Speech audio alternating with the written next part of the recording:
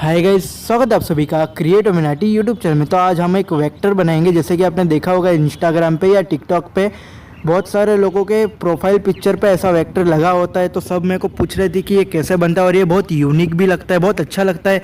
आपकी प्रोफाइल दूर से ही बहुत अच्छी लग जाती, तो आपको कोई भी फॉलो कर सकता है। अगर आपको जानना है कि ये कैसे बनता है तो वीडियो को एंड तक ज़रूर देखिए।